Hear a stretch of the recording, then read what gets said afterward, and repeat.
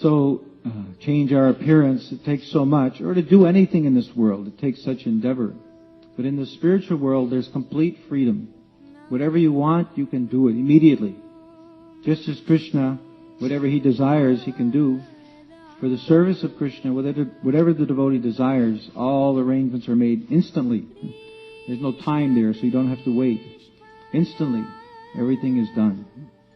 So Prahlad is in this category, as we're hearing in this verse today. This extraordinary power. We're hearing about this little boy, Prahlad, and how great he is. Appears like a little boy, but look how he's speaking. Prabhupada liked the teachings of Prahlad Maharaj so much. First year I went to India, Prabhupada was speaking on this, 1976. Prabhupada was speaking on the teachings of Prahlad. And one day, he was speaking to some of the leaders in the darshan. He said, just see how Prahlad, how wonderful this is, 5-year-old boy, how he's speaking this great philosophy. So he can speak this way because he's not limited to the body of a 5-year-old boy. He's a liberated soul with extraordinary power and extraordinary knowledge given to him by Krishna. So look at the verse again. Ismin mahad guna rajan griyante kavibir mohu nate dhuna prithiyante yata bhagavati shvare. O King, Prahlad Maharaj's good qualities are still glorified by learned saints and Vaishnavas. As all good qualities are always found existing in the Supreme Personality of Godhead, they also exist forever in his devotee, Prahlad Maharaj. Mohan Prabhu? I was thinking when you mentioned uniqueness, that we say every day that Krishna has unique loveliness that's charming millions of gopis. So I looked up loveliness, what lovely, and because it's kind of antiquated. We don't use that very much. Something's lovely anymore. And it says appeals to the emotions as well as to the eye. So I just thought that was Krishna. Vishesha Shobham. Yeah, it's significant. This word Vishesha. Vishesha Shobham. Krishna has unique loveliness, Vishesha. And the Mayavadis, they say it's Nirvishesh. There's no Vishesh. There's no unique loveliness. No one has unique loveliness. We're just as lovely as Krishna. That's their idea, which of course is not our idea. I think in 10th chapter, verse 12, 13 or somewhere around there, Srila Prabhupada explains Prahlad Maharaj's position. He is a Nitya Siddha.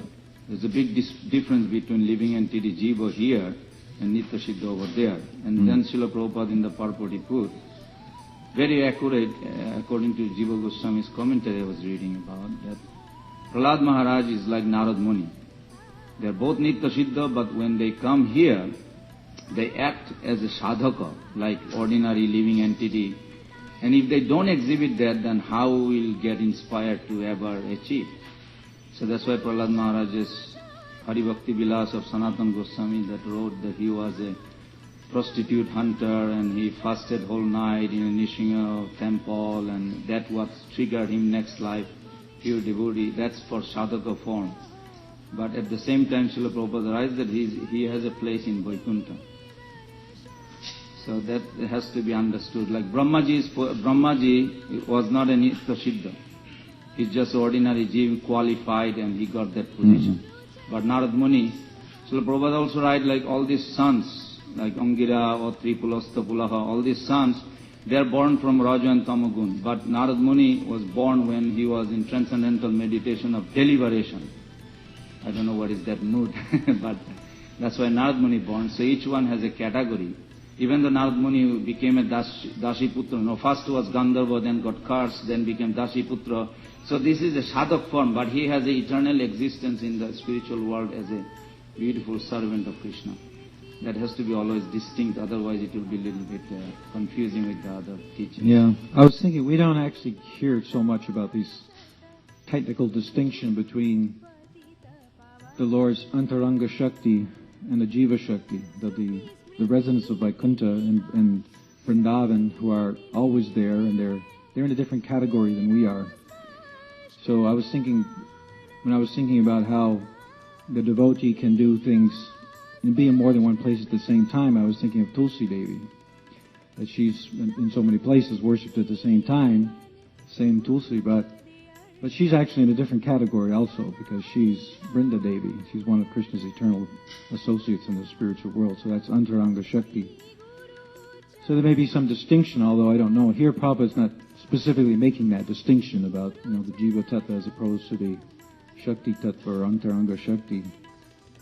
So this is very technical. I'm not sure all the details exactly. Because Bhaktivinode Thakur explains that this Jiva take a transformation in order to enjoy in this world, take a body, different bodies.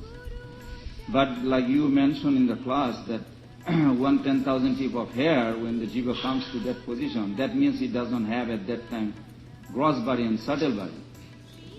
So, but still he has to take another transformation to go to Swarup Shakti under Guru and Sadhu, otherwise he cannot enter in spiritual world.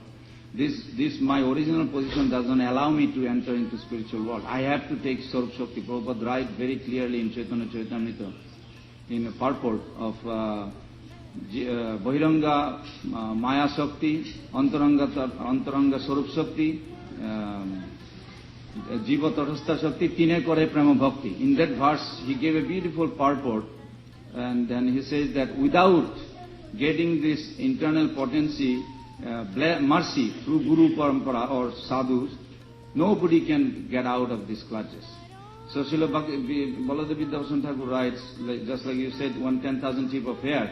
So it says, Seyakarya Chandika Vidaranam Vidyavodu Jivanam Anandam Ambudi Bardhanam. So if someone comes as a 10,000 tip of hair, where is my chance to enjoy every moment unlimited nectar? That question will come. Mahaprabhu says the beginning, Chetadarpa Marjana, he said, Patipadam, every moment you can relish unlimited nectar. So Baladev Vidyabhushan Thakur himself answering, he said, Vidyavodu Jivanam, Bodhu means wife, you will get a beautiful, suitable body according to your sthai bhav, and then you will relish the unlimited nectar. Mm-hmm. So that has to be understood. It's not that I have automatically, I will just go. I have to have a blessing from that Sadhu Guru's blessing. What are the insects and cockroaches doing in the spiritual? How would they serve to the Lord? Insects and cockroaches and all this in the spiritual world, you say. What would they do? How would they serve there? Well, one indication is that they serve that form of the Lord. That's the avatar. So he likes to have associates that look like him. So they serve. So all the insect the ant avatar has so many little ants, friends, his associates. And also, of course, the other nice thing, it's just like Prabhupada used to say, everything is there. Of course, because the Mayavadis, they think that liberation is nothing. There's nothing. So Prabhupada would paint it the opposite. No, everything is there. So here we're seeing everything, even the insects are there. But they have spiritual forms. And so they create, one way of seeing it is to see that they create the atmosphere. So everything is there, just like the gopis go into the forest and they're afraid of wild animals. So there has to be some spiritual wild animals there and so on. They may be afraid of the snakes. So there have to be some snakes there.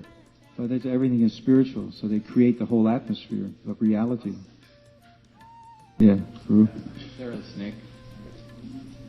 Anyway, you can tell me.